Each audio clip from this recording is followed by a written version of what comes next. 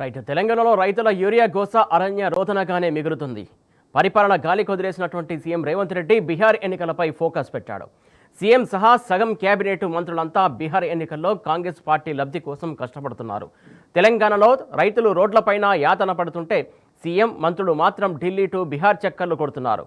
ఒకవైపు రాష్ట్ర వ్యాప్తంగా రైతులు యూరియా కోసం నరకయాతన పడుతున్నారు.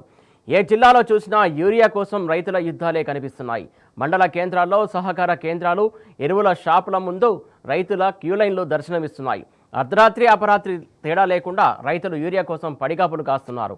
పొలాల్లో ఉండాల్సినటువంటి రైతులు యూరియా షాపుల ముందే రోజుల తరబడి నిరీక్షిస్తున్నారు. రాష్ట్ర ప్రభుత్వం అడగదు, కేంద్రానికి పట్టదు. ఈ పరిస్థితుల్లో రైతుల పరిస్థితి అత్యంత దయనీయంగా మారింది.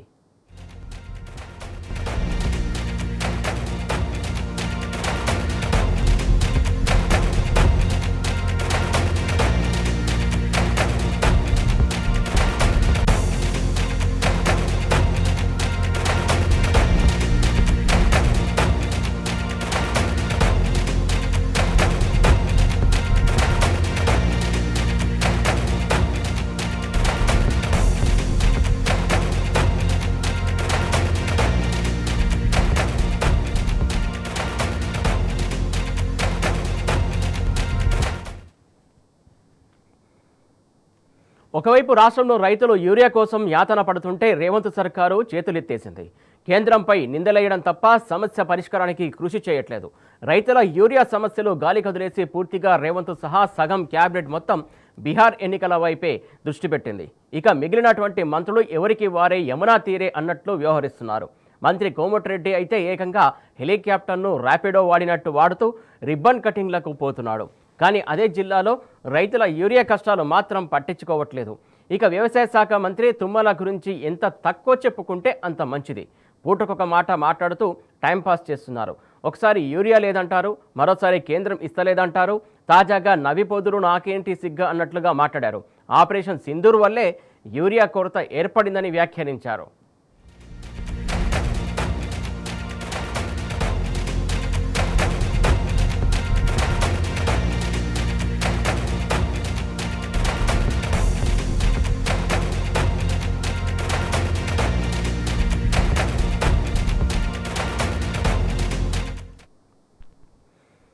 సీఎం రేవంత్ రెడ్డిని ఏకీపారేశారు జనసూరాజ్ పార్టీ అధినేత ప్రశాంత్ కిషోర్. అసలు రేవంత్ రెడ్డి ఎవరని మండిపడ్డారు. బీహార్లో ఆయన హోదా ఏంటని నిలదీశారు. బీహార్ రాష్ట్ర ప్రజల కోసం రేవంత్ రెడ్డి చేసిందేంటని ప్రశ్నించారు. బీహార్ ప్రజలు కూలీలని, అది వారి డిఎన్ఏలోనే ఉందని అవమానించాడని నిప్పులు చెరిగారు. బీహార్లో ఏదైనా గ్రామానికి వస్తే రేవంత్ను ఉరికించి మరీ కర్రలతో కొడతారని పీకే తేల్చి చెప్పారు. कौन पूछता है रेवंत रेड्डी कौन है भाई? बिहार के लिए बिहार के लोगों को गाली देने वाले आदमी है। रेवंत रेड्डी का क्या औकात है बिहार में? रेवंत रेड्डी का बिहार में क्या औकात है? बिहार के लिए उन्होंने क्या किया? बिहार के लोगों को गाली दिया है। ये कहा है कि बिहार के लोगों का डीएनए है मजदूरी करना। तो रेवंत रेड्डी तो आ जाए कहीं गांव में तो जनता दौड़ा लेगी लाठी डंडा लेकर। राहुल गांधी अपने मंच पर बहन पर लेके घूम रहे हैं, तो राहुल गांधी की मानसिकता दिखाता है कि बिहार के लोगों को गाली देने वाले आदमी को आप मंच पे घुमा रहे हैं।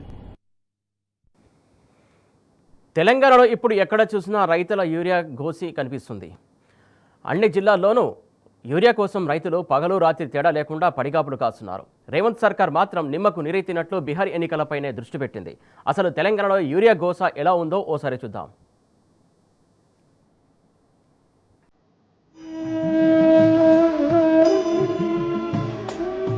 బతుకులే Daaku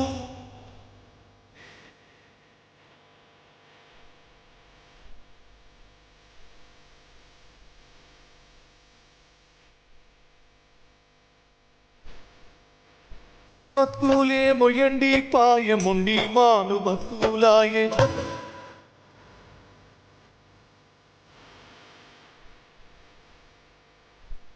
పొద్దుంటే మాపుంటే రేపుండదు.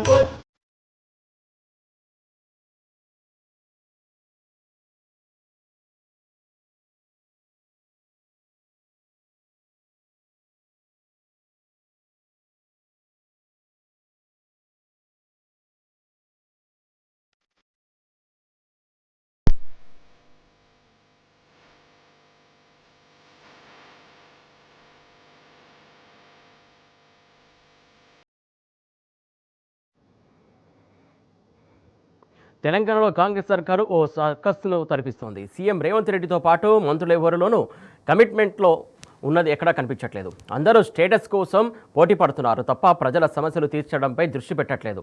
CM 1 number, ministers 10 number అన్నట్టు తయారైంది పరిస్థితి. మంత్రి కోమటిరెడ్డి వెంకటరెడ్డి తాజాగా నల్గొండలో ప్రభుత్వ ఆసుపత్రిలో లాప్రోస్కోపిక్ వార్డును ప్రారంభించారు. ఈ ప్రారంభోత్సవం కోసం హైదరాబాద్ నుంచి హెలికాప్టర్ వేసుకొని వెళ్లారు. సీఎం రేవంత్ సహా మంత్రులు సైతం రిబ్బన్ కటింగ్ల కోసం తహతహలాడుతున్నారు. నాకేంటి తక్కువ అన్నట్టు కోమటిరెడ్డి హెలికాప్టర్ను రాపిడో సర్వీస్ తరహాలో వాడుతున్నారని పలువురు విమర్శిస్తున్నారు. మరి నల్గొండ జిల్లాలో యూరియా కోసం కష్టాలు పడుతున్నటువంటి రైతులు కోమటిరెడ్డికి కనిపించట్లేదా అని ప్రజలు ప్రశ్నిస్తున్నారు.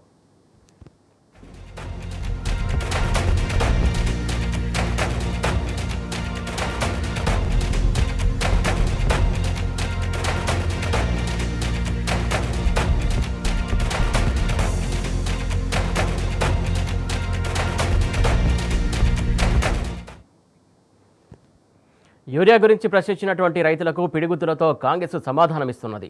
వరంగల్ జిల్లా వర్ధన్నపేటలో మీనాక్షి నటరాజన్ జనహిత కార్యక్రమంలో కాంగ్రెస్ కార్యకర్తలు రౌడీలా ప్రవర్తించారు. యూరియా కష్టాలపై నిలదీసేందుకు వెళ్లినటువంటి ఓ రైతుపై పిడిగుద్దులతో దాడి చేశారు. ఇదేనా కాంగ్రెస్ తెచ్చినటువంటి రైతు రాజ్యమని తెలంగాణ వ్యాప్తంగా పలువురు మండిపడుతున్నారు.